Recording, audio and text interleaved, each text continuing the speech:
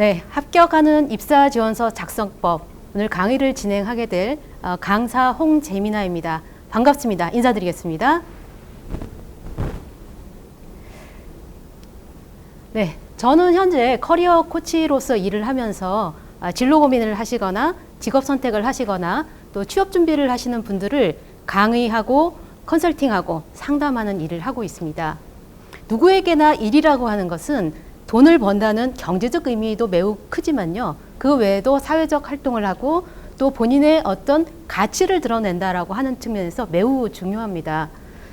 오늘 우리 이 영상을 보시는 모든 분들께서도 그런 본인의 어떤 가치라고 하는 측면까지 다 생각을 하시고 이 영상을 보실 것이라고 제가 생각을 하고요. 오늘 강의를 진행을 하도록 하겠습니다. 이게 온라인 영상이다 보니까 우리 들으시는 분들께서 1시간 정도 이렇게 들으시는 게 조금 힘드실 때도 있을 수도 있을 것 같아요. 그러면 도중에 영상 잠시 끊고 좀 쉬었다가 하더라도 전체 영상 꼭 한번 보시고 입사지원서, 이력서는 어떻게 쓰고 자기소개서 어떻게 쓰고 또 그것은 어떻게 보낼 것인지 이 기회에 한번 잘 들어보시기를 바라겠습니다. 자, 그러면 본격적으로 강의를 시작을 하도록 하겠습니다. 자, 이력서 작성법부터 먼저 시작을 하겠는데요. 제가 한 가지 질문을 좀 드리겠습니다. 입사지원서 왜 작성하시죠? 너무 쉬운 질문인가요? 네, 제가 답이 지금 들리는데요. 취업하기 위해서 쓰죠. 라고 말씀을 하셨네요. 맞습니다. 취업하기 위해서 입사지원서 씁니다. 그런데 저는 거기에다가 조금 더 구체적인 이야기, 구체적인 목표를 하나 말씀을 더 드리고 싶어요. 뭐냐? 입사지원서의 목표는 취업하기도 당연히 맞지만 좀 더 구체적인 목표는 뭐냐면 저는 면접을 가기 위한 것이라고 강조를 드리고 싶습니다. 제가 만난 많은 고객분들 중에서 이런 말씀하시는 분들이 계세요. 저는 면접 가면 정말 잘할 수 있어요. 면접 가면 합격할 자신이 있어요. 그런 말씀을 하시는데 진짜 그분들 보면요. 말씀도 잘하시고 면접 가시면 합격하실 것 같습니다. 자, 그런데 문제는 면접을 가야만 본인이 어떤 사람인가를 드러낼 수가 있잖아요. 그렇기 때문에 그 면접을 가기 위해서 그 사전에 반드시 통과해야 되는 것이 바로 입사지원서입니다. 그래서 저는 취업을 하기 위한 것, 취직을 하기 위한 것이 입사지원서인 것은 맞지만 그럼에도 불구하고 더 강조를 드리고 싶은 것이 면접에 가서 면접을 갈 수 있는 서류 합격을 하기 위한 것이라고 제가 말씀을 드립니다. 그것은 무슨 의미냐면 입사지원서에 굉장히 공을 들여서 잘 쓰셔야 된다라는 뜻이에요. 자, 입사지원서에 대한 개념을 제가 말씀드리면서 3개의 키워드를 말씀을 드릴게요. 우선 첫 번째는 홍보 문건. 이력서인데 홍보 문건? 자, 우리가 이력서라고 하면 자칫 본인의 이력을 쭉 나열한 것이라고 생각하기 쉬운데 기업들은 사람을 찾는 그 회사들은 그 사람이 어떤 직업 이력을 지금까지 해왔는지는 사실은 그렇게 궁금하지는 않아요. 그거보다는 이 사람이 우리가 하는 이 일, 우리 회사에 얼마나 맞는 일을 갖고 있고 얼마나 맞을 것이냐 그것을 보는 것이기 때문에 본인을 그 회사에다가 홍보한다는 생각으로 작성을 하셔야 됩니다. 항상 잊지 마셔야 됩니다. 홍보 문건이라고 하는 생각 가지셔야 되고요. 두 번째는 역지사지입니다. 이력서를 쓸 때 우리가 사자성어로 역지사지까지를 생각을 해야 되는데 이 또한 입장을 바꿔놓고 보는 거예요. 이 영상 보시는 분, 내가 만약에 사람을 채용한다고 한번 생각을 해보세요. 채용을 하면 어떤 사람을 채용을 하겠습니까? 나름대로 기준이 있겠죠. 막 자기가 지금까지 이렇게 많이 해왔고 이렇게 잘났어 라고 하는 것을 그런 사람을 뽑을 것이냐 아니면 보니까 스펙은 조금 다른 사람보다 조금 떨어지긴 하는데 지금 이 일하고는 더 맞는 것 같아. 어떤 게 더 적합하겠습니까?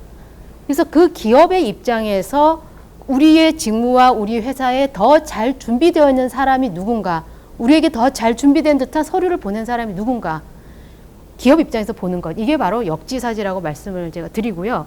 그 다음에 마지막으로 사자성어 말씀을 드릴게요. 뭐냐? 빨리 쓰자입니다. 빨리 쓰자. 정말 중요합니다. 구직활동을 하실 때 이력서 작성이 늦어지면 늦어질수록 구직활동이 계속 이렇게 밀리는 경향이 있어요. 그래서 구직활동을 내가 하겠다라고 생각되면 일단 이력서부터 작성을 하시고 물론 그 이력서는 첫 번째 쓰신 거에서부터 나중에 입사 지원을 하시고 준비를 하시는 과정에서 계속 조금씩 변하는 수정은 생길 겁니다. 그렇지만 수정이 생기는 것과는 별개로 이력서를 빨리 쓰시는 것이 구직활동의 첫 걸음이다라고 말씀을 드릴게요. 자, 그렇다면 우리가 이 입사 지원서라고 하는 것들이 어떻게 구성이 되어 있는지 한번 풀 패키지를 한번 보겠습니다. 여기에서 보시다시피 우선 이력서가 있겠고요. 자기소개서, 경력기술서가 있습니다. 이 세 가지가 모두 다 필요한 것은 아니에요. 경력이 많다. 우리가 경력직 직원이다. 이럴 경우에는 경력기술서가 필수적으로 들어갑니다. 그런데 그렇지 않은 경우는 이력서하고 자기소개서 이 두 개가 하나의 패키지라고 생각을 하시면 되고요. 직종에 따라서는 이력서만 쓰는 경우도 있어요. 그런데 이력서만 쓰는 경우는 더한 단순 직무로 갈수록 서류가 간단해진다고 보시면 돼요. 그렇기 때문에 이력서만 하는 건 굉장히 단순 직업이다, 단순 업무다라고 생각을 하시고 기본적으로는 이력서하고 자기소개서 정도는 반드시 쓴다라고 생각을 하시면 되겠습니다. 그래서 이렇게 이력서는 이렇게 구성이 되어 있고요. 자, 지금부터 아까 제가 역지사지라는 말씀을 드렸는데요. 기업은 과연 어떤 인재를 원하는가? 역지사지면 기업이 어떤 인재를 원하고 이력서를 볼 때, 입사지원서를 볼 때 어떤 것을 포인트로 볼 것인가? 이것을 먼저 생각을 해야 됩니다. 그것을 생각을 하시고 그 내용이 입사지원서 안에 최대한 반영이 되게끔 하는 것. 그것이 바로 입사지원서를 쓰는 가장 핵심입니다. 어떻게 보면. 그래서 기업이 원하는 사람은 이런 거죠. 우선 이 사람이 우리 회사 와서 일을 잘할까? 당연히 일하려고 사람을 뽑는 거기 때문에 일을 잘할까에 대한 궁금이 있을 것이고 또 하나는 두 번째는 이 사람이 기존에 있는 직원들하고 잘 어울릴까?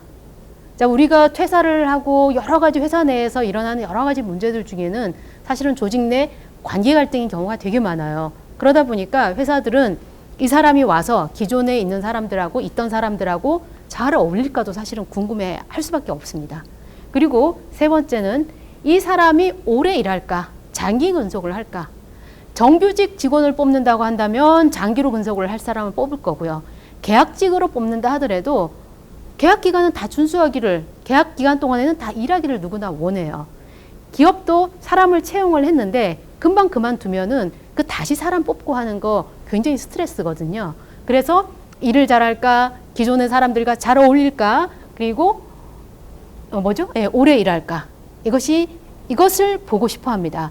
그럼 이것을 무엇을 통해서 볼 수 있느냐? 바로 이력서에 나와 있는 직무 역량을 통해서 일을 잘하는가를 알 수가 있는 것이고요.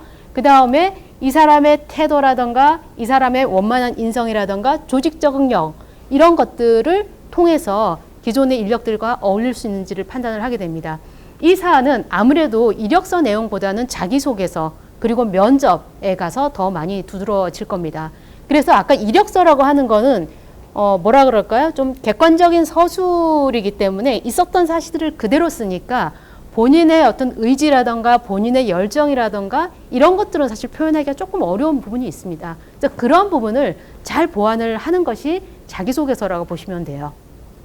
그리고 이 사람은 오래 일할까? 입사 의지. 전 이 회사에서 정말 오래 열심히 일하겠습니다. 라는 입사 의지를 통해서 보기도 하겠지만 사실 그거보다도 이 사람이 우리 회사에 와서 장기 근속을 할 것이다. 라는 것은 그것보다는 이전의 회사에서 얼마나 일을 했느냐라는 걸 통해서 사실은 더 예측이 가능합니다.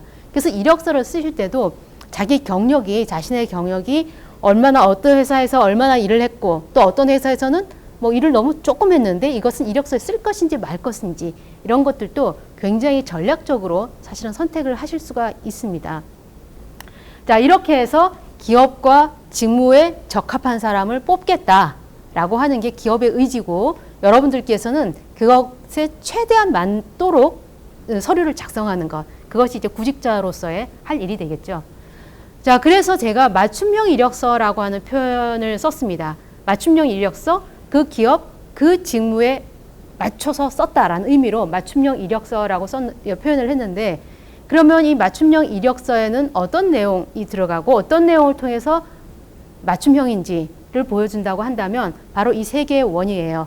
세 개의 원은 직무 역량, 자격 요건. 요게 하나의 원이고요. 직무 경력, 성과. 그리고 가독성입니다. 자, 이 직무 역량과 자격 요건은 무엇을 통해서 알 수 있냐면은 이거죠. 직무 관련 기술, 자격 사항, 그리고 어학 수준, 뭐 컴퓨터 활용 능력, 그 다음에 뭐 학습 수준, 이런 극히 직무와 관련된 부분들입니다. 어떤 직무들은 기본적으로 필수적인 자격 요건을 갖추고 있는 그런 직무들도 있어요. 그럼 내가 그 직무를 하고자 한다면 어떻게 되냐? 그 필수 자격 요건을 따야 됩니다. 예를 들어서 저희와 같은 이런 직업 상담, 커리어 코칭, 뭐 커리어 컨설팅 이런 분야에서 일을 하고 싶다고 한다면 직업 상담사라고 하는 자격을 필수로 따셔야 되거든요. 그거 없이 하시려면 어려워요. 그래서 그런 자격 요건을 갖추는 것이 바로 직무 역량에 해당이 되는 부분이고요. 그리고 직업 경력이 회사 경력이 많으신 분들은 이렇게 회사 직무 경력 그리고 직무 수행 가능한 분야 그리고 구체적인 업무 성과까지 이러한 것들을 잘 드러내게 쓰시면 이 사람이 충분히 성과를 내왔고 또 우리 회사에 와서도 성과를 낼 수 있는 사람이구나 라고 생각을 이제 하게 되겠죠. 기업에서는. 그러면 이러한 것들을 잘 썼는데 어떻게 써야 되냐면은 눈에 잘 들어오게 쓰셔야 돼요. 제가 아까 홍보 문건이라고 말씀을 드렸고 역지사지라는 말씀도 드렸는데 기업 입장에서 잘 정돈되고 잘 준비된 서류가 올수록 이 사람이 준비가 되어 있다라고 생각을 하게 됩니다. 그래서 읽히기 쉬운 아주 가독성이 좋은 그 문서로 작업을 해야 되는데요. 그 가독성을 높이는 방법에는 문서 양식을 너무 복잡하게 하지 말고 간결하게 하는 것. 그리고 폰트, 뭐 글자 크기 이런 것들도 아주 신경을 쓰셔야 돼요. 자, 후반부에 가면 제가 그 글씨 사이즈라든가 이런 것도 말씀을 드릴 텐데 자, 그런 부분들이 있고 프로그램도 지원하는 직무에 맞춰서 프로그램을 쓰시는 것도 필요합니다. 자, 무슨 말씀이 있냐면요. 아래 한글 프로그램을 주로 쓰시는 분이 계신데 내가 지금 지원하고자 하는 회사가 무역회사예요.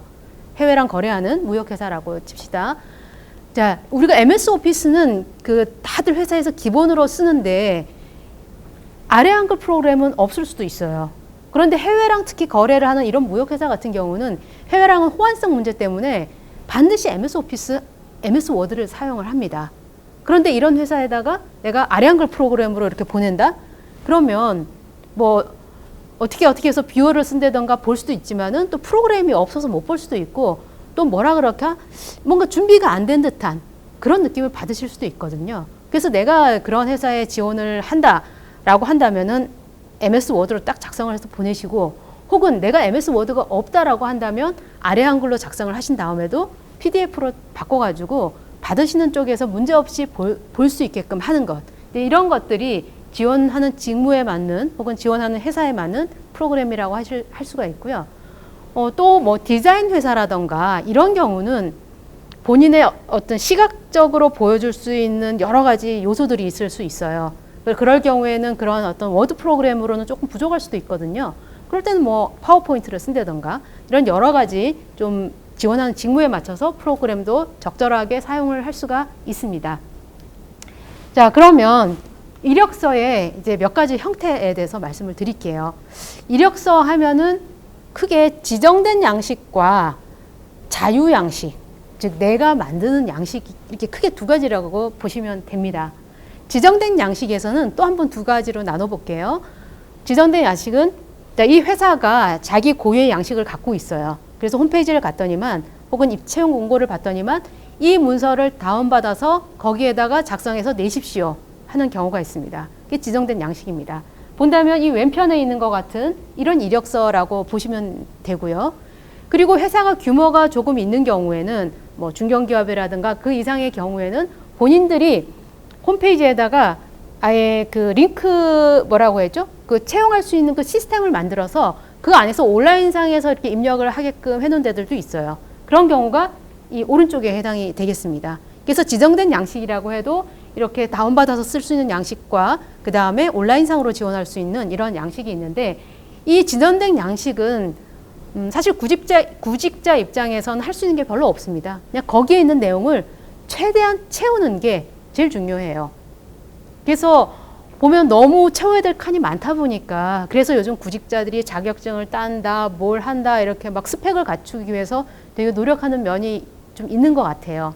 그런 좀 부분은 있긴 있지만 여하간 이 많은 칸들을 최대한 이제 채워야 되는데 여기에서 제가 굳이 팁을 좀 드리자고 한다면 편집을 할 수 있는 경우가 있을 겁니다. 그러면 내가 이 칸을 비워서 보내는 것보다는 쓸 게 없어서 비워서 보내는 것보다는 편집을 하는 게 나을 수도 있어요. 예를 들어서 경력을 쓰는 칸 혹은 자격 요건을 쓰는 칸이 빈 칸이 4개가 있다고 칩시다. 4개가 있는데 그 중에서 내가 2개만 있어요. 그럼 2개는 칸이 비어 있죠. 근데 이렇게 칸이 비어서 이렇게 서류가 올라가 버리면 뭔가 이 사람이 좀 준비가 덜 된 느낌이 들 수도 있거든요. 그런 경우에는 그 2줄을 그냥 삭제를 하는 거예요. 그래서 뭔가 꽉 채운 듯한 대신 다른 곳에서 채울 수 있는 내용이 있으면 더 채우는 거죠. 그래서 뭐 칸이 3칸이니까 반드시 3줄을 다 맞춰야 된다. 뭐 줄이 2줄이니까 2개만 써야 된다. 그러지 마시고 거기에 편집이 가능하다면 1-2줄 더 할 수도 있고 또 없으면 삭제할 수도 있고 이제 그런 것이 하나 있을 것이고요. 또 하나는 이렇게 다운로드 받아서 특히 작성하는 문서들 중에는 은근히 문서가 폰트가 막 제각각 들어가 있는 경우들이 있습니다. 그러니까 나는 거기에 다운로드 받아서 그냥 쳤는데 어떤 데는 바탕체가 들어가 있고 어떤 때는 맑은 고딕체가 들어가 있고 뭐 궁서체가 들어가 있고 이렇게 여러 개 폰트가 섞여 있는 경우들도 있어요. 보시면 알게 되잖아요. 그럴 경우에는 하나로 폰트를 정리를 해서 깔끔하게 해서 입사 지원을 하시기를 바라겠습니다. 자, 이렇게 지정된 양식은 좀 말씀을 드렸고요. 또 하나 이제 지정된 양식으로 흔히 많이 쓰고 있는 게 잡포탈에서 쓰는 온라인 지정 양식이죠. 잡포탈이라고 하면 뭐 잡코리아라던가 사람인이라던가 워크넷이라던가 이런 것들인데 여기에도 작성하는 거는 제가 조금 전에 말씀을 드렸던 지정된 양식하고 사실 별반 차이가 없습니다. 별반 차이가 없는데 여기에서 제가 한 가지 말씀을 이제 더 추가적으로 드린다고 한다면 보통 이런 게 잡포탈 같은 경우에는 위에 제목을 쓰는 칸이 있습니다.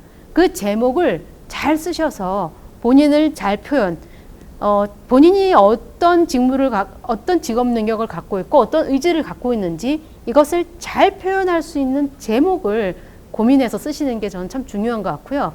그 다음에 이렇게 잡포탈에 올라가는 경우는 주기적으로 좀 업데이트를 해주셔야 됩니다. 워낙 많은 사람들이 거기에 이제 입사지원서를 올리다 보니까 막 뒤로 밀리고 그런단 말이에요. 그래서 주기적으로 업데이트를 해서 이렇게 노출이 될 수 있게끔 하는 게 필요하다라는 말씀을 드리겠습니다. 자, 그리고 오늘 강의의 가장 대부분의 많은 내용을 차지하게 될 자유양식 이력서입니다. 우리가 어디 가서도 여러분들께서 이력서 쓰는 방식에 대한 강의를 듣거나 하면 대부분이 사실은 이 자유양식 이력서예요. 왜냐? 지정된 양식 이력서는 거기 있는 거 그냥 쓰면 되기 때문에 크게 어려운 게 없죠. 그래서 이 자유양식 이력서 쓰는 방법에 대해서 말씀을 드릴 건데 그러면 자유양식 이력서 언제 쓸 것이냐? 양식이 지정되어 있는 경우가 아닐 때는 다 자유양식 이력서 쓸 수 있습니다. 아니 양식이 지정된 경우가 아니면 자유양식 이력서를 쓸 수밖에 없죠. 쓸 수밖에 없고 또 잡포탈에서 이렇게 올리다 보면 이런 경우가 있어요.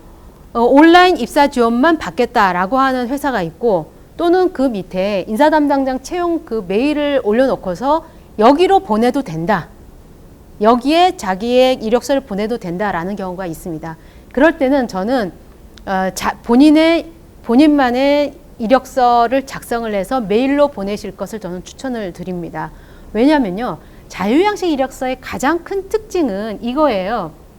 지원자에게 유리한 내용을 쓰고 그걸 위주로 잘 쓰고 지원자에게 불리한 내용은 최소화할 수 있는 것이 바로 자유양식 이력서입니다.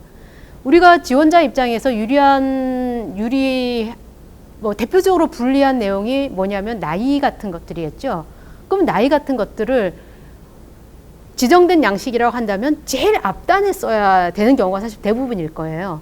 그런데 내가 이게 좀 핸디캡이다 생각되면 자유형식 이력서 같은 경우는 쓰긴 쓰되 제일 후단으로 바꿀 수도 있고 뭐 학력 같은 것도 본인에 따라서 어떤 사람에 따라서는 뭐 내세울만도 하겠지만 어떤 분들은 조금 뒤로 보내고 싶으신 분들도 있을 거란 말이에요. 그래서 이런 것들을 좀 자유롭게 쓸 수 있는 게 바로 자유형식 이력서입니다.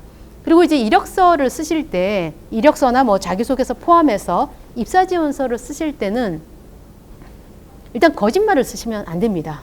거짓말 쓰시는 건 안 되고, 그런데 너무 솔직하게 쓰실 필요도 없어요. 솔직한 거는 일기장에 쓰셔야 되고요. 이력서나 여기서는 내가 갖고 있는 여러 가지 이력들 중에서 이 회사와 이 직무에 맞는 걸 골라서 쓰시는 거라고 생각을 하시면 돼요. 모든 걸 다 쓰는 게 아닙니다. 그래서 제가 아까 홍보 문건이란 말씀을 계속 드렸던 겁니다. 자, 자유형식 이력서는 경력이 많지 않아서 내용이 별로 없을 때, 혹은 경력이 많아서 많은 내용을 좀 자유롭게 쓰고 싶을 때, 오랫동안 동일한 업무만을 해서 쓸 게 별로 없다고 느껴질 때, 직업 전환을 시도할 때, 그리고 뭐 말씀드렸다시피 나이라든가 학력이라든가 혹시 내게 좀 불리하다고 생각되는 것들을 최소화시킬 때, 그리고 문서 작성 능력을 보여주고 싶을 때, 자, 이런 것들이 어떻게 보면 자유형식 이력서의 장점이라고 볼 수가 있겠습니다. 그래서 이 왼편에 있는 게 이제 그 한 장짜리 자유형식 이력서인데, 사실 자유형식 이력서도 이렇게 한 장으로 표현을 할 수도 있고요. 거기에 경력기술서까지 다 포함해서 한 3장 정도로 쓸 수도 있습니다. 여러 가지로 쓸 수 있는데, 기본 맥락은 큰 틀에서는 동일하기 때문에 제가 오늘은 이렇게 한 장 정도로 쓴 것을 위주로 말씀을 드리겠습니다. 자, 그러면 자유형식 이력서, 꼭 자유형식 이력서가 아니더라도 이력서에 들어가는 기본적인 구성 내용들은 이런 거죠. 인적사항, 그 다음에 지원하는 분야, 그 다음에 주요 경력, 그리고 업무 능력, 뭐 교육, 자격사항, 그리고 학력 및 기타 사항. 이 순서는 조금 바뀔 수는 있습니다. 제가 학력 사항, 기타 사항을 제일 아래로 넣어놨는데요. 뭐 위로 올릴 수도 있고요. 위에 있는 내용을 아래로 조금 수정할 수도 있고, 내용은 조금 변경을 얼마든지 할 수가 있습니다. 이런 내용들이 기본적으로 이력서에 들어가는 내용들이에요. 자, 그러면 첫 번째 인적사항. 자, 이분 같은 경우는 인적사항의 일반적인 것들이 이름, 뭐 생년월일, 주민등록번호, 사진, 연락처, 주소, 이런 것들이 이제 인적사항의 기본적인 사항들인데요. 이름은 뭐 한글 이름 당연히 쓰시고, 그 외 영문과 한자 같은 경우는 뭐 추가하셔도 됩니다. 추가하셔도 되고 안 쓰셔도 돼요. 근데 옆에 꼭 쓰는 경우, 예를 들면 외국계 회사, 뭐 무역회사 이런 데 보낸다고 할 경우에는 영어 이름을 좀, 영문 이름 써주는 것도 괜찮지만, 그것은 이제 옵션이라고 보시면 되고요. 그리고 이제 생년월일을 기재를 하시고, 말씀드렸다시피 나이가 내게는 좀 불리하다라고 생각이 되면 이 나이 부분을 뒤로 보내셔도 됩니다. 그리고 이제 생년월일을 쓰시게 되면 옆에다가 나이를 쓰시게 되는데, 나이는 만 나이로 쓰세요. 그리고 아직 생일이 내가 돌아오지 않았다. 그럼 2살을 뺄 수도 있잖아요. 우리가 이 나이라고 하는 게 한 살이라도 어리게 보이는 게 뭐 좀 유리한 사회적 측면이 있다 보니까 한 살이라도 좀 적게 가는 게 좋을 것 같습니다. 만 나이로 쓰시고, 주민등록 번호는 지금 이거 요구하는 회사는 없습니다. 이거는 개인정보보호법에 의해서 이제 쓰지 못하게끔 되어 있는데요. 근데 간혹 가다가 이 회사가 양식이 예전에 만들어 놓은 양식을 이제 홈페이지에 올려놓고 그걸 다운받아 가지고 써야 되는 이제 그런 경우도 있을 수 있어요. 그럴 경우에 주민등록 번호를 다 쓰실 필요 없고, 만약에 거기에다 이렇게 주민등록 쓰는 란이 있다고 한다면 그냥 우리 6자리 앞에 6자리 있죠. 그것만 그냥 쓰시면 됩니다. 그렇게 쓰시면 되고요. 네, 사진은 이력서용으로 준비를 하시는데, 사진에 대해서는 제가 요 다음에 다시 말씀을 드리겠습니다. 그리고 연락처, 본인 연락처 기본으로 쓰셔야 되고, 그 다음에 긴급 연락처. 긴급 연락처는 선택사항이긴 합니다. 그런데 취업 활동을 하는 사람 입장에서는 연락이 잘 되는 게 되게 중요해요. 특히 이제 뭐라 그럴까, 이렇게 좀 작은 규모의 회사들은 이 회사 지금 현재 맞는 사람이 딱 왔다. 그러면 그 다음 사람 기다리지 않고 바로 채용을 해버리는 경우들이 사실 굉장히 많거든요. 오히려 그런 경우가 더 많을 겁니다. 그래서 구직 활동을 하시는 경우는 빨리빨리 연락이 되고 빨리빨리 액션이 취해지는 게 굉장히 중요하기 때문에 연락처를 하나 정도 이렇게 더 쓰시는 것도 저는 추천을 드리겠습니다. 그런데 이 긴급 연락처를 쓰실 때 뭐라 그럴까, 꼭 연락이 될 분을 쓰세요. 관계상의 문제가 없는. 예를 들어서 뭐 조금 일반적인 예는 아니겠지만 거기에 남자친구라든가 여자친구 연락처를 넣었는데 그 사이에 사이가 나빠졌어, 혹은 헤어졌어. 그래서 뭔가 잘 안 될 수도 있어요. 그런 경우도 있기 때문에 그냥 가족으로 쓰시면 제일 무난할 것 같습니다. 주소는 어떻게 쓰냐면은 지금 이제 그 집원 주소하고 도로명 주소하고 이렇게 아직도 혼용해서 쓰긴 하지만 점차 도로명 주소로 쓰는 것으로 지금 많이 바뀌고 있거든요. 그래서 조금 번거로우시더라도 도로명 주소를 찾아서 우편번호와 함께 주소를 기재를 하시고요. 간혹 가다가 이렇게 궁금해하시는 분들이 있어요. 자, 제가 사는 곳하고 주민등록상의 거주 주소가 다르다. 이럴 경우에는 어디를 씁니까? 라고 물어보시는 분들이 계신데 그럴 경우에는 지원하는 회사와 가까운 곳으로 쓰십시오. 의외로 회사는 사람은 보니까 괜찮은 것 같아. 그런데 사는 곳이 너무 멀어. 이러면 부담을 느낍니다. 왜 부담을 느끼냐면 왔는데 오래 못 다닐 가능성이 사실 있거든요. 그렇기 때문에 그것을 조금 염려하기 때문에 가능하다면 회사와 가까운 곳의 주소를 쓰시면 됩니다. 자, 제가 사진 여기 지금 2장의 예시 사진이 나와 있는데 딱 보면 이렇게 찍어야 되겠구나라고 감이 오시죠. 반명함 또는 증명사진이고 깔끔하고 정장 또는 정장은 아니더라도 최대한 깔끔한 복장이어야 되고요. 그리고 단정한 자세라든가 이런 것들은 기본적으로 말씀 안 드려도 다 아실 것 같아요. 제가 여기에서 팁으로 몇 가지를 말씀만 드리자면 도대체 언제 찍은 사진이어야 됩니까? 어떤 때는 보면 6개월 이내에 찍은 사진을 제출하십시오. 어디에 보면 2년 이내에 찍은 사진을 제출하십시오. 이런 도항들이 있는데 그거 꼭 맞춰야 됩니까? 이런 얘기들을 하십니다. 저는 그게 3개월이든 6개월이든 1년이든 2년이든 그런 어떤 기간보다는요. 제가 중요하게 여기는 것은 현재 모습하고 별반 차이가 없는 것이 더 중요하다고 생각을 해요. 예를 들어서 한 4년 전, 4, 5년 전에 찍은 사진인데 지금이랑 별반 차이가 없어. 그럼 그 사진 저는 그냥 쓰시라고 합니다. 아니, 그 사진 보고 했는데 지원자가 왔는데 똑같이 생겼어요. 그럼 문제가 없죠. 그런데 6개월 전에 찍었는데 6개월 사이에 내 개의 외모상에 좀 큰 변화가 있었어요. 그럼 변화 큰 거죠. 이럴 경우에는 다시 찍으셔야 됩니다. 그래서 기간의 문제라기보다는 현재의 모습하고 최대한 가까운 사진이면 된다라는 말씀을 드리고요. 그리고 요즘은 사진들이 기본적으로 포토샵을 해서 수정을 굉장히 많이 해요. 보고 이게 내 얼굴인가? 이런 생각 드실 수 있는데 실물 사진하고 실물하고 실제 모습하고 이 사진의 괴리감이 너무 클 경우에는 면접에 가셨을 때 오히려 마이너스로 작용을 하는 경우가 있습니다. 딱 들어오는 순간 이 감독관들도 이제 사람이다 보니까 면접관들도 사람이다 보니까 그 딱 들어오는 그 순간에 뭐야 왜 이렇게 달라? 이런 생각 가질 수 있거든요. 그래서 너무 과도한 포토샵 해서 수정하는 건 좋지 않다. 예, 그거 말씀을 드리겠고요. 그리고 이제 계절감이 느껴지지 않는 것도 좀 팁입니다.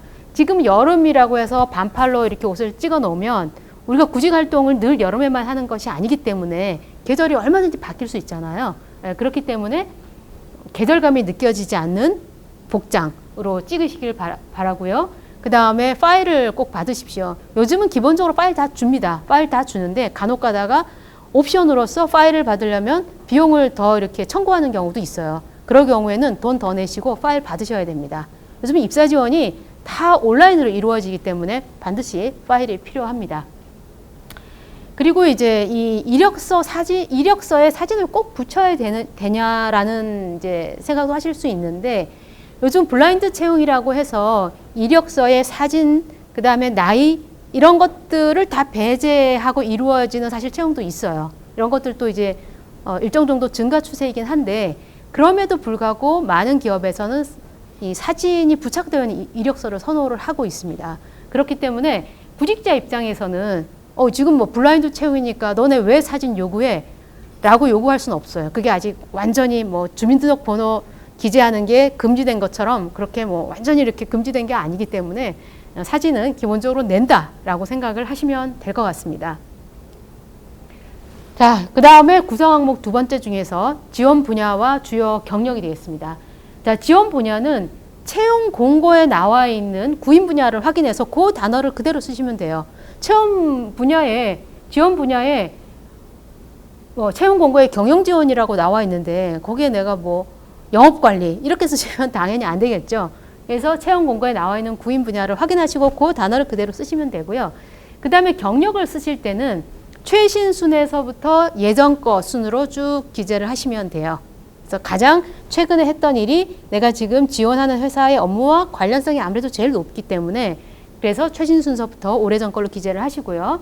그리고 입사 년, 월, 일까지는 사실 기억이 잘 안 날 수 있습니다. 어떤 회사는 내가 다녔을 때 입사 년, 월, 일까지 기억이 나고 퇴사 년, 월, 일도 생각이 나는데 다른 회사는 생각이 안 나요. 그럴 경우에 어떤 때는 날짜까지 쓰고 어떤 때는 달만 쓰고 이러면 안 되잖아요. 그래서 그냥 통일해서 입사 년, 월, 퇴사 년, 월까지만 작성을 하시면 될 것 같습니다. 근무회사, 부서, 그리고 그 부서 퇴사할 때의 최종 직위, 수행하신 업무 이런 내용들이 들어가야 됩니다. 그래서 여기 보면 장교건설, 경연지원팀, 과장 이런 식으로 썼고요. 한 회사에서 그러니까 여러 회사를 한 서너 개 회사를 다닌 경우에는 각 회사별로 하나씩 써주면 되는데 한 회사에 오랫동안 계신 분들도 있을 거 아니에요. 그런 경우에는 만약에 부서 이동이 있었다.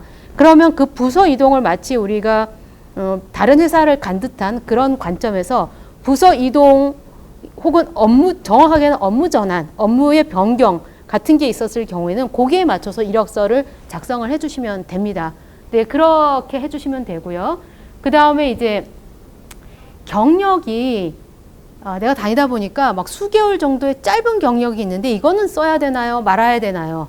자, 이런 경우는 상황에 따라서 조금 달라요. 예를 들어서 내가 경력이 충분해요. 그러면 굳이 몇 개월짜리 경력은 안 쓰시는 게 좋습니다. 그런데 경력이 너무 없어서 그거라도 안 쓰면 쓸 게 없어요. 그러면 쓰세요. 혹은 내가 그 전에 했던 업무는 A라고 하는 업무인데 지금 지원하는 업무는 B야. 근데 그 짧은 경력이 B 업무예요. 그럼 지금 지원하고자 하는 업무와 관련성이 있잖아요. 즉 그 업무를 하기 위해서 거기가 약간 징검다리처럼 일을 하신 거가 되기 때문에 그런 경우는 작성을 하시는 것도 무방합니다. 그래서 짧은 경력의 같은 경우는 이렇게 상황에 맞춰서 쓰거나 빼거나 하시면 될 것 같습니다. 자, 그래서 이 구성 항목 중에서 여기 이제 사례 하나 보시면 이분 같은 경우가 2020년 썼고 2013년 옛날 거부터 먼저 썼죠. 그래서 바꿨어요. 최신 것으로 최신 것, 그 다음에 그 이전 것으로 바꿨었고요. 그 다음에 저기에도 근무처 이렇게 간단하게 나와 있는데 근무처, 부서, 직위, 소로로 영업부 과장, 현대백화점, 서울 압구정점, VIP 라운지, 고객관리부, 대리 이런 식으로 조금 더 명확하게 표기를 했고 수행 업무도 조금 더 자세하게 썼습니다. 그런데 이제 직업 경력이 별로 없으신 분들 같은 경우에는 별로 없으시거나 전혀 없으시거나 할 때는 어떻게 해야 되냐면 그럴 경우에 아르바이트라던가 사회활동 같은 이런 유사 경험이 그러니까 직무 경험이라고 생각을 해서 이런 것들이 있으실 경우에는 그거라도 저는 쓰시는 게 좋다고 생각을 해요. 예를 들면 아르바이트 같은 경우는 얼마든지 쓸 수 있지만 아르바이트 경험도 없고 내가 했던 거는 무슨 사회봉사 단체에서 총무 일을 했다거나 사회봉사 단체에서 내가 회계 업무를 했다. 그러면 회사는 아니지만 그것도 회계 업무를 하신 거인 거잖아요. 그래서 그렇게 사회활동 같은 경우도 유사 경험이 있으시면 쓰는 게 훨씬 더 도움이 됩니다. 그리고 이런 직무 경험을 쓰실 때는 단어를 좀 기업용 단어로 쓰세요. 우리가 서빙은 어떻게 쓰냐? 고객 응대. 이력서에다 서빙 이러면 너무 없어 보입니다. 고객 응대 훨씬 더 있어 보이죠? 자, 편의점 알바. 편의점 알바가 하는 게 실제로 판매하고 매장 관리하는 거잖아요. 그래서 판매 및 매장 관리 이렇게 쓰시는 게 이게 훨씬 더 기업용, 이력서용 단어다. 이렇게 생각을 하시면 되고요. 그리고 구성 항목 중에서 이제 업무 능력, 자격, 그리고 교육사항 같은 것들입니다. 이런 내용이 어떻게 보면은 자유형식 이력서를 쓰는 주요한 목적 중에 하나일 것 같아요. 이 업무 능력이라든가 교육사항이라든가 자격 같은 것들이 지정된 양식에는 굉장히 세분화가 되어 있는 경우가 많습니다.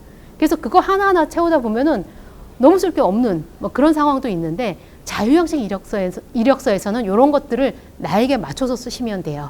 그래서 업무 능력 같은 경우는 여기서 지금 뭐 회계, 총무인사, 경영지원 관련 전반이라고 썼고, 그 다음에 MS 오피스의 활용 수준이 뭐 워드, 엑셀, 그리고 파워포인트, 뭐 포토샵 이런 것들을 썼습니다. 그래서 이제 상중하 뭐 이런 식으로 표기를 했고요.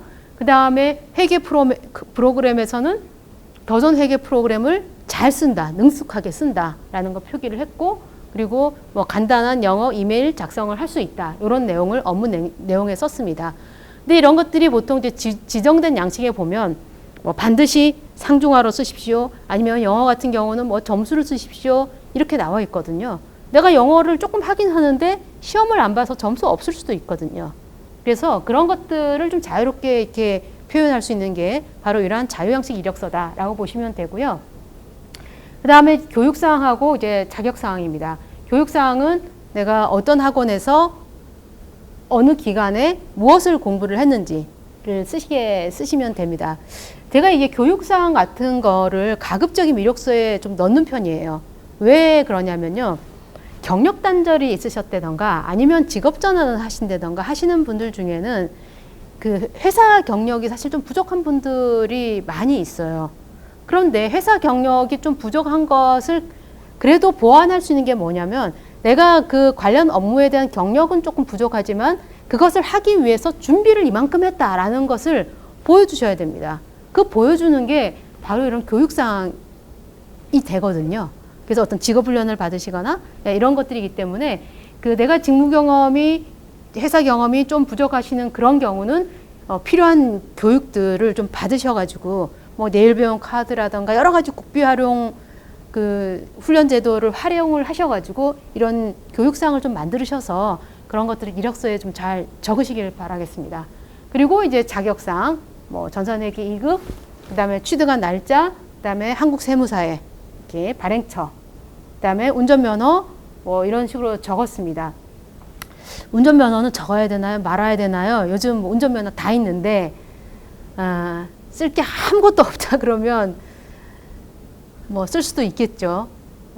근데 운전면허 2종 보통 이렇게 써놓으면 좀 없어 보이긴 해요. 그래서 그런데 일종이라던가 일종 대형이라던가 이런 것들은 좀 필요할 수도 있습니다.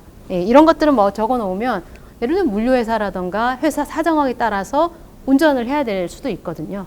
그래서 이런 것도 뭐 뭐라 그럴까요? 충분히 적을 거리가 있으면 적으시고, 충분히 적을 거리가 있다 그러면 안 적으셔도 되고, 적을 게 없다 그러면 운전면허 같은 것도 그냥 공란으로 비워두시는 것보다는 그냥 적으셔라 이렇게 말씀을 드리겠습니다. 그리고 자격사항 중에서 유효기간이 있는 증명이 있어요. 특히 대표적으로 컴퓨터 활용 능력이라던가 그 다음에 뭐죠? 어학 같은 겁니다. 그러면 자, 유효기간이 조금 지났습니다. 이거 써야 되나요? 말아야 되나요? 자, 영어로 생각을 해볼게요. 자, 내가 이제 무역회사에 지원을 합니다. 그리고 토익이 아마 유효기간 2년인가 그렇죠? 2년 반 전에 시험을 봤어요. 근데 점수가 괜찮아요. 800점이에요. 근데 유효기간은 지났어요. 자, 이런 경우는 쓰시는 게 좋습니다. 그런데 시험을 봤는데 한 6년 전에 본 거야. 이러면 안 쓰시면 돼요. 그래서 유효기간이 조금 지났다고 할지라도 유효기간에서 조금 벗어났고, 또 그것을 통해서 이 사람이 영어를 어느 정도 하겠구나, 혹은 컴퓨터를 어느 정도 하겠구나 라고 약간 가늠이 될 수가 있다고 하면, 가늠되는데 도움이 된다고 한다면 저는 그런 거는 유효기간이 조금 지났다 하더라도 뭐 쓰시는 게 저는 도움이 된다고 봐요. 그건 뭐 유효기간 지난 거 썼어? 잘라 이런 거는 아니거든요. 예, 그 정도로 팁으로 말씀을 드리겠고요. 그 다음에 이제 학력사항이라든가 기타 사항은 어떻게 쓰느냐. 학력은 최종 학력에서부터 이제 고등학교 정도를 쓰시면 돼요. 그래서 대학교, 고등학교, 혹은 대학원 나오신 분들은 대학원, 대학교. 그리고 이 경우에 이제 고등학교를 쓸 것이냐 말 것이냐인데, 저는 뭐 고등학교도 쓰는 게 좋다고 생각을 합니다. 왜냐하면 우리가 뭐 학연이라든가 이런 게 크게 있는 건 아닌데, 그래도 보다가 우리 동네 고등학교 나왔네, 뭐 우리 고향 사람이네 이러면 조금이라도 한 번 더 볼 수도 있거든요. 이런 얘기 해서 될란가 모르겠네요. 여하간 그 고등학교 정도까지는 저는 기재를 하는 거는 괜찮은 것 같아요. 그리고 대학을 쓰실 때는 이제 전공을 쓰시고요. 그 다음에 졸업 연월 혹은 재학 기간 쓰시고, 학점은 이 자유학식 이력서라 그랬죠. 자기한테 유리한 거 쓰면 된다 그랬잖아요. 학점 좋다 하면 쓰세요. 그런데 학점 나쁘다 그러면 쓰지 마세요. 학점 나쁜데 굳이 왜 쓰십니까? 그런 거. 그리고 학점 쓰실 때는 꼭 이 학교마다 만점 기준이 다르죠. 4.5, 4.3, 4.0 이렇게 만점 기준이 다르기 때문에 그 만점 기준을 꼭 표기를 해주시길 바라겠습니다. 기타 사항은 일단 대전제가 이력서 작성 분량에 따라서 기재하거나 기재하지 않으셔도 됩니다. 정말로 기타예요. 이게 어떤 당락에 별로 영향을 주지를 않습니다. 그런데 내가 이력서를 썼어. 근데 너무 쓸 게 없어가지고 다 썼는데 막 밑에가 너무 허전해. 그럼 기타 사항 쓰시면 돼요. 그런데 다 써보니까 쓸 게 넘쳐. 기타 사항 쓰면 이력서가 뒤로 살짝 넘어가. 그럴 경우에는 안 쓰시는 게 차라리 낫습니다. 그래서 분량에 따라서 약간 분량 조절용으로 생각을 하시면 되는데, 거기에는 기타 사항에 들어갈 내용들은 뭐 포상 내역이라던가 뭐 취미나 특기 같은 거, 그다음에 뭐 여러 가지 뭐 필요하던 자기가 수행한 어떤 취업 지원 프로그램이라던가 아니면 국가가 제공할 어떤 뭐 지원 제도라던가 이런 것들을 써주시면 되는데요. 여기에서 취미 특기, 특히 취미 쓰실 때 좀 주의하실 점은 너무 많이 쓰시는 건 좋지 않습니다. 이력서는 보니까 별 게 없어. 그런데 취미는 엄청 많아. 회사가 어떻게 생각하겠어요? 제가 아까 역지사지라 그랬죠? 아, 얘는 일은 안 하고 맨날 놀러 다니겠네. 괜히 이런 선입견 줄 수 있거든요. 많이 쓰지 마시고, 그리고 위험한 취미도 저는 별로 권장하고 싶지 않습니다. 위험한 취미도 쓰지 마시고요.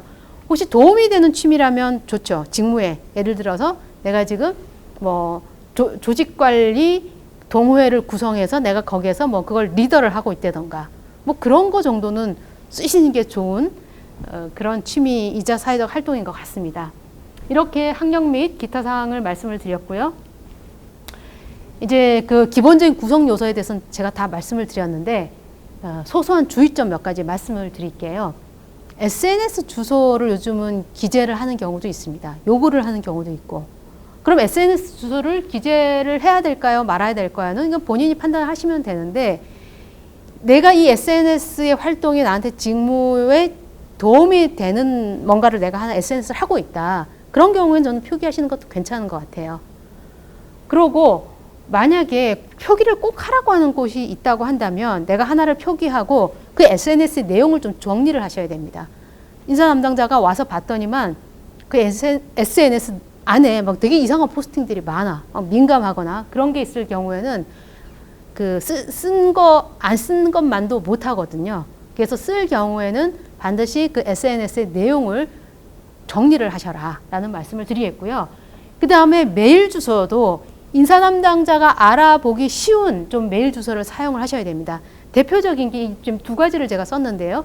자, 메일 주소 뭡니까? 네, GHDW, 예, 뭐라고요? 아, GHWD. 이거 홍길동 자판에서 쓴 건데, 자기는 홍길동이라고 써서 편했을지 몰라도 말하기는 되게 힘들거든요. 자, 저런 이메일 주소보다는 그냥 일반적인, 일상적인 주소 쓰는 게 좋고요. 섹시가이 1일, 혹은 무슨 데빌 악마 뭐 이런 거, 정말로 이런 이메일 주소 쓰시는 분들이 있어요. 자, 저런 이메일 주소는 구직 활동할 때는 도움되지 않습니다. 심지어 욕을 쓰시는 분도 있어요. 그래서 제가 쓰고 있는 이메일 주소가 그런 거다 하면 그거는 그냥 개인 용도로 쓰시고, 구직 활동용 이메일 주소를 아주 건전한 것을 하나 만드시기 바라겠습니다. 만들고, 그 다음에 희망 연봉 쓰는 칸이 있을 땐 여기에 어떻게 합니까? 간단해요. 회사 내규에 따름, 뭐 협의 가능, 이렇게 쓰시면 되고요.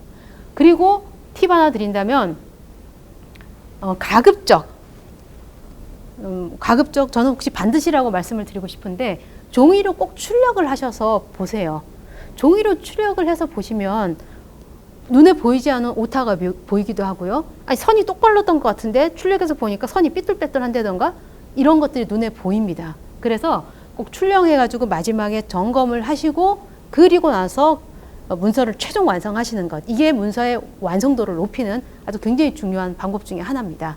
그래서 이렇게 이력서 작성을 할 때 소소한 주의점을 말씀을 드렸고, 그러면 이제 여기까지가 이제 이력서 작성법에 대해서 말씀을 드린 거예요. 이제 자기소개서는 그러면 어떻게 쓸 것인가 말씀을 드리겠습니다.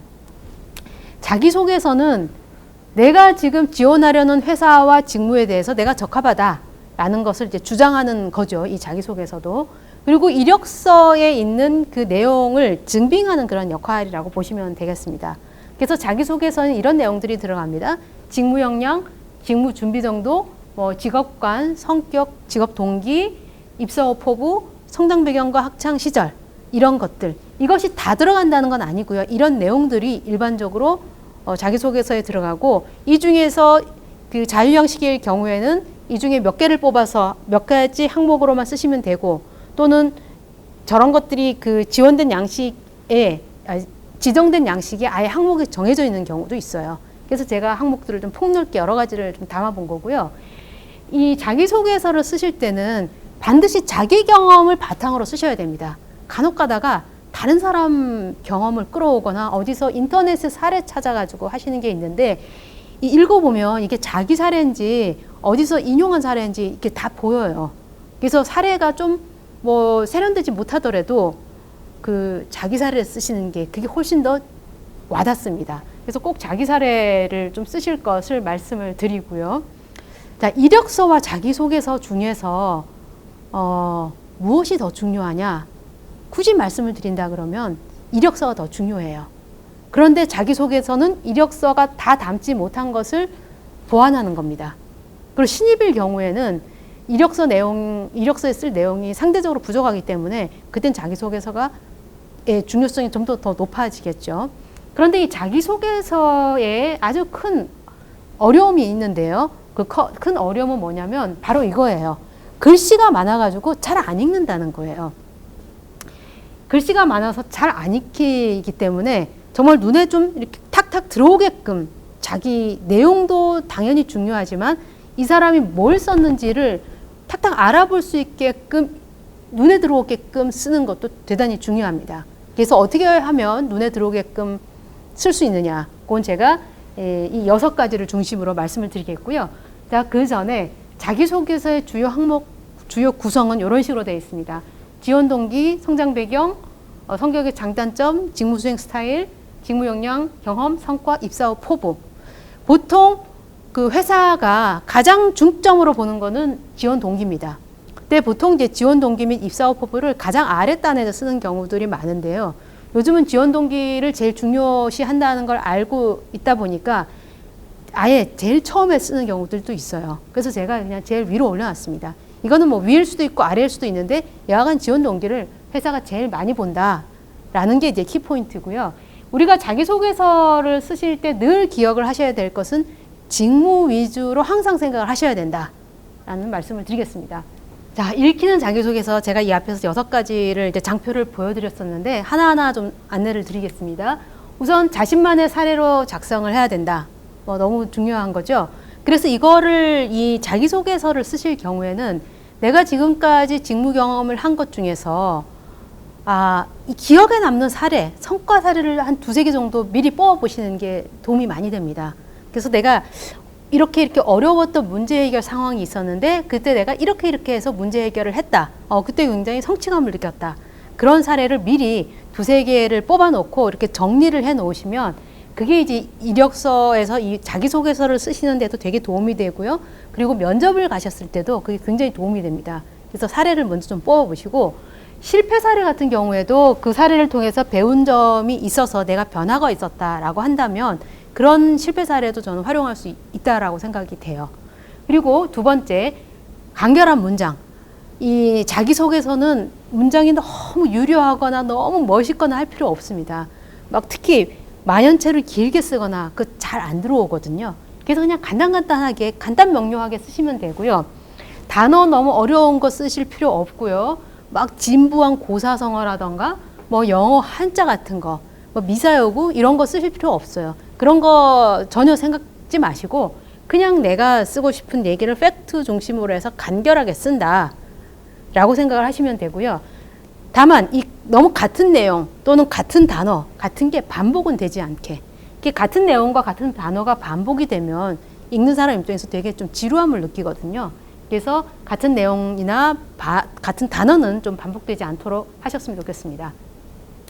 그리고 이 읽히는 자기소개서를 작성을 할 때 정말로 아주 쓸 수 있는 좋은 방법 중에 하나가 사실은 제목을 잘 쓰는 거예요. 그 제목도 헤드라인 제목과 소제목을 적절하게 쓰는 겁니다.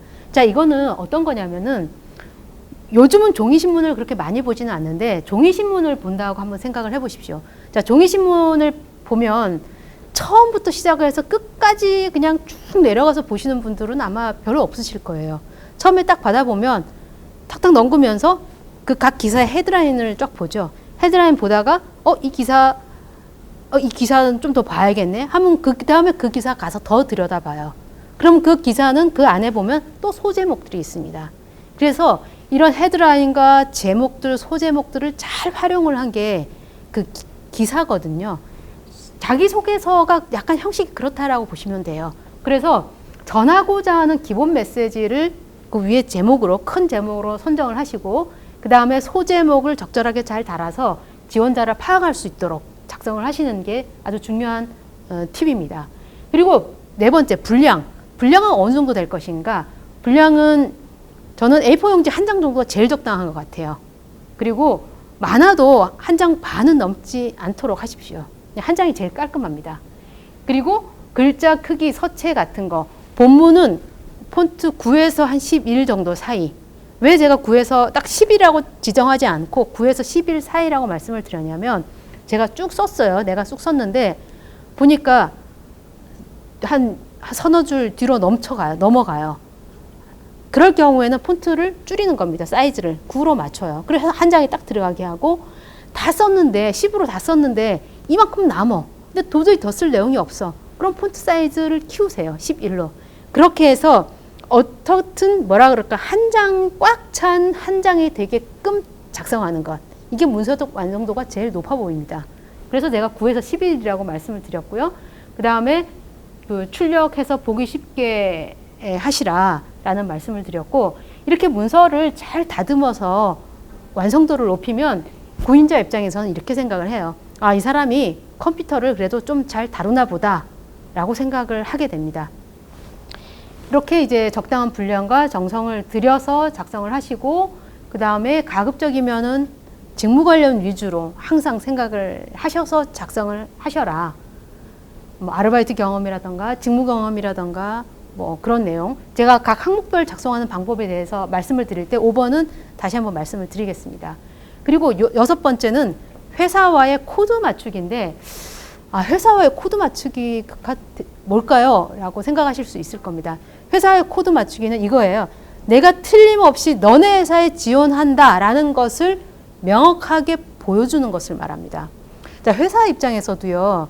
우리 회사에 더 관심이 있고 이 직무에 대해서 더 준비된 사람을 뽑고 싶은 거 너무 당연하죠. 그렇기 때문에 이력서를 자기소개서를 딱 봤는데 얘네는 틀림없이 우리 회사에 지원을 했네. 뭐 보니까 준비도 좀 했어. 그러면 일단 그럼 얘들을 한번 면접 가서 한번 볼까? 이렇게 되거든요. 그게 회사와의 코드 맞추기인데 그렇다고 한다면 이런 입사지원서에서 혹은 자기소개서에서의 코드 맞추기를 어떻게 해야 되냐? 아주 간단한 방법이 있습니다. 우선 회사명을 구체적으로 서술을 하시는 거예요. 예를 들면 이런 거죠. 제가 기사에 입사하게 되면 정말 최선을 다해서 일하겠습니다. 라고 쓰는 것 같고 제가 장교 빌딩에 입사하면 정말 최선을 다하겠습니다. 라고 쓰는 것. 어느 게 코드 맞추기인가요? 당연히 장교 빌딩이라고 장교건설이라고 이런 식으로 회사명을 쓴 것이 훨씬 더 그 회사 입장에서 코드 맞춘 겁니다. 그런 방법이 있고 또 채용 공고나 홈페이지에 나와 있는 단어를 이렇게 따다가 쓰는 것도 있는데 이거는 뭐 조금 추상적인 거니까 이런 정도로 말씀을 드리고요. 또 하나 코드 맞추는 방법 중에 하나는 홈페이지에 가시면 그 회사에 보통 로고들이 다 있습니다. 그 로고들을 다운을 받아가지고 그 로고를 이 입사지원서 어딘가에 넣는 거예요. 입사지원서 위에 넣을 수도 있고 아니면 워터마크라고 해가지고 서류 밑에 은은하게 까는 방법도 있습니다. 이런 것들을 쓰면 얘네가 우리 회사에 분명히 지원했구나 라고 회사는 생각을 한다라는 거죠. 제가 뒤에서 사례 보여드리겠습니다.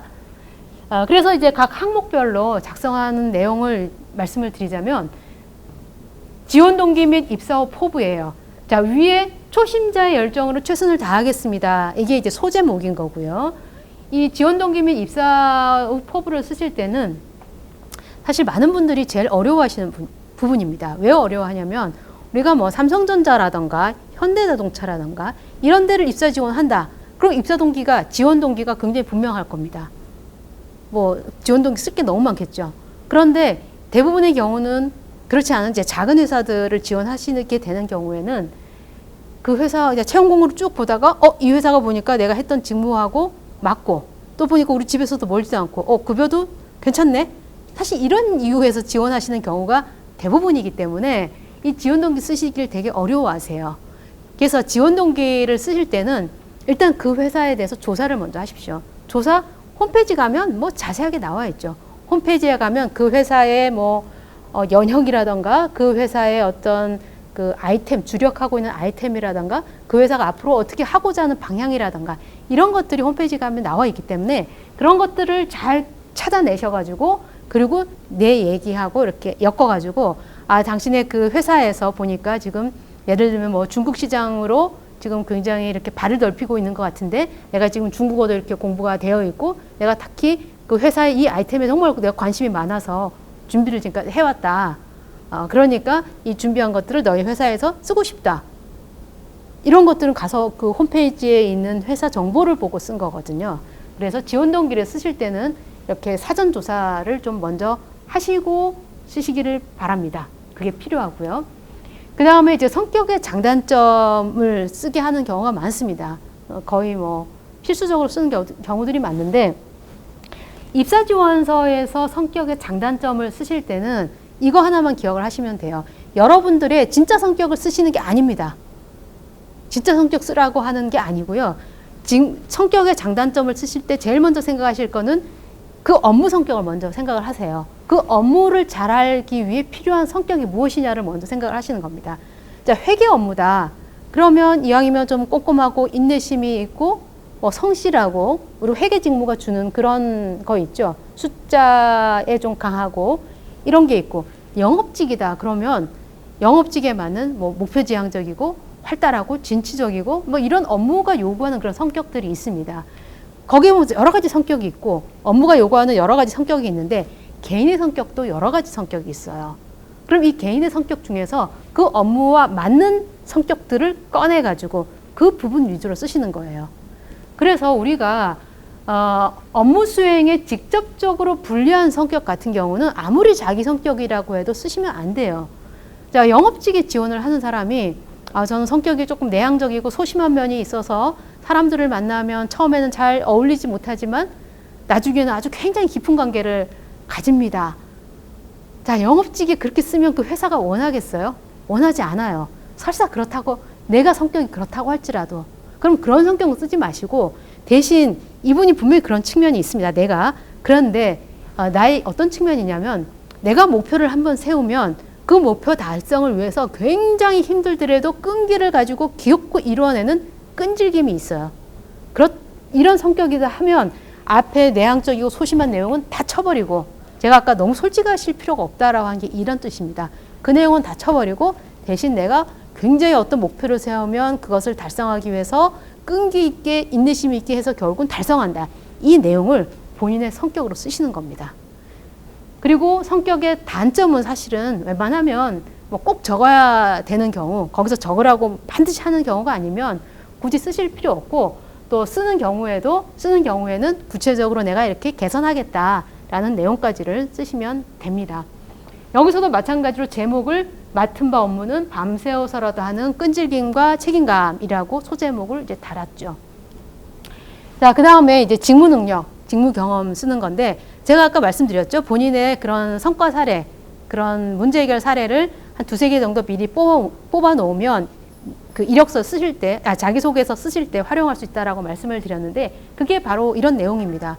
여기에 보면 내가 그 전에 했었던 것 중에서 굉장히 성과를 냈던 거를 이렇게 요약해서 썼어요. 이렇게 요약해서 쓰고 나면 여기서 본인의 역량이 좀 나옵니다. 이분 같은 경우가 협상력, 설득력, 영어 구사력이라고 하는 것을 본인의 그 역량으로 생각을 해서 제목으로 이렇게 지금 쓴 겁니다. 그래서 항상 우리가 그 성과 사례 뽑아보고 거기서 키워드 찾아내서 키워드를 제목으로 활용하는 것, 이런 것들이 직무 능력, 직무 경험을 작성하는 방법이 되고요.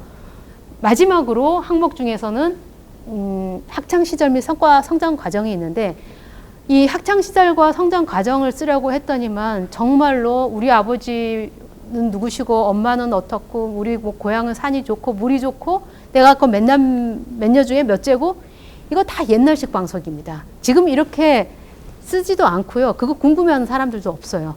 제가 이 자기소개서 쓸 때 항상 직무 생각을 하시라고 말씀을 드렸잖아요.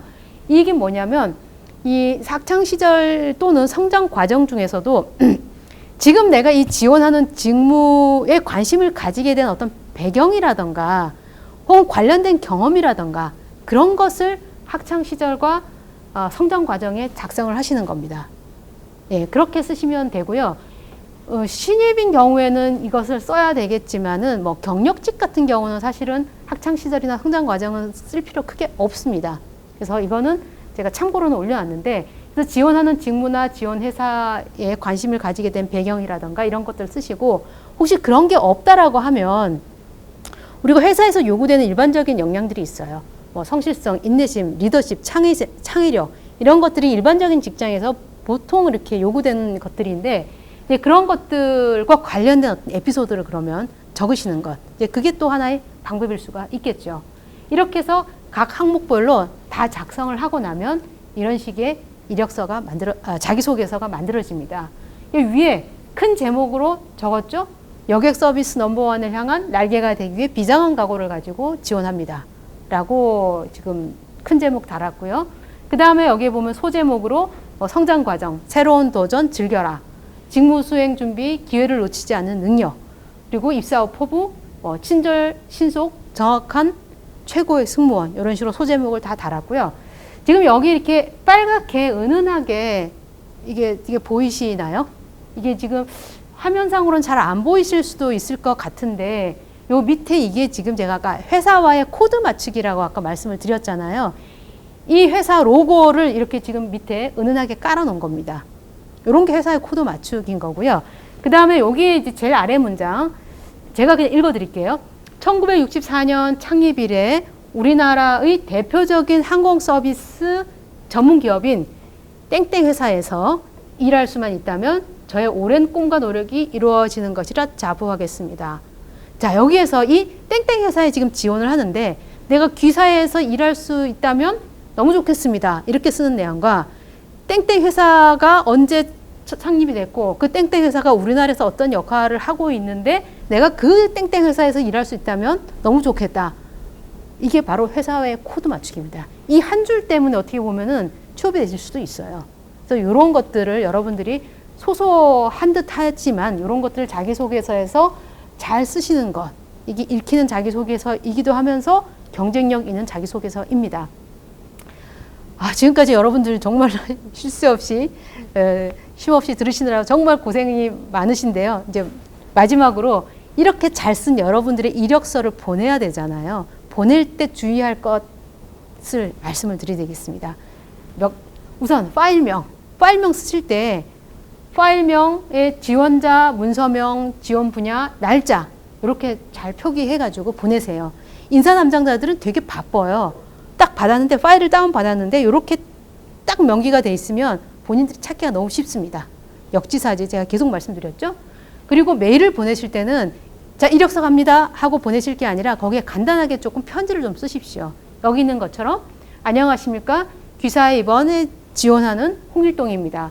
영업 업무를 5년간 해왔고 충분한 경험이 있고, 그 다음에 특히 귀사의 주력 제품인 에어컨에 대해서는 내가 지난 이전 직장에서 나의 주요 제품이었다. 그리고 이력서 자기소개 첨부하니까 꼭 확인하시고 면접 기회를 달라. 이런 편지를 함께 메일에 써가지고 보내는 겁니다. 그리고 여기 써서 보내실 때 밑에다가 반드시 연락처를 같이 보내세요. 연락처를 왜 보내야 되냐면 파일 첨부를 해서 보냈는데 어떤 이유에서든 파일 첨부가 뭔가 문제가 있어서 파일이 잘 안 열리거나 아니면 내가 깜빡 잊고 파일을 첨부를 못했을 수도 있어요. 그럴 경우에 이 회사가 본인한테 다시 연락을 해야 되는 상황도 있을 수도 있거든요. 그래서 당연히 입사 지원서 안에 본인의 연락처가 있겠지만 그거와는 무관하게 이메일을 보낼 때 이메일 본문에다가 이렇게 쓰시라고 말씀을 드리겠습니다. 그리고 메일을 이렇게 열심히 써가지고 딱 보냈어요. 보냈더니만 세상에 제목을 안 썼네.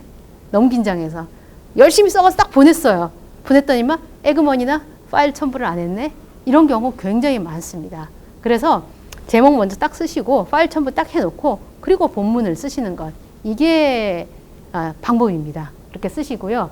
그 다음에 채용 공고를 내가 확인을 하면 그냥 빨리 이 채용 공고의 이 채용 기간이 한 2달 정도 있는데 그 실제 2달이 아니에요.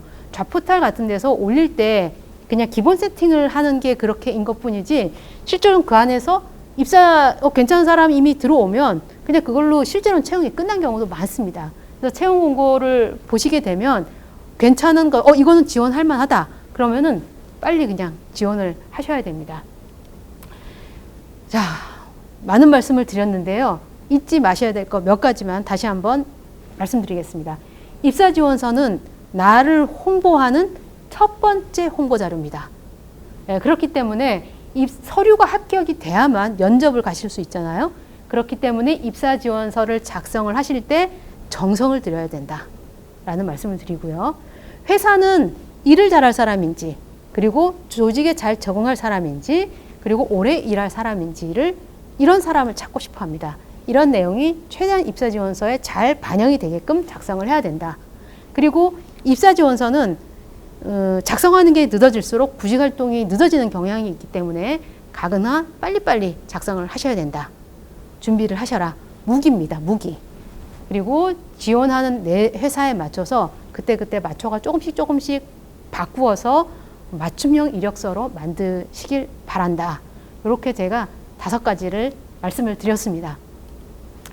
자, 이렇게 해서 입사 지원서, 이력서, 자기소개서 작성하는 방법을 말씀을 드렸는데요. 이 영상 보시는 우리 분들 모두 이력서 자기소개서 잘 쓰셔가지고 꼭 원하시는 직장에 취업하시기를 제가 진심으로 바라면서 오늘 강의를 마치도록 하겠습니다. 경청해 주셔서 고맙습니다.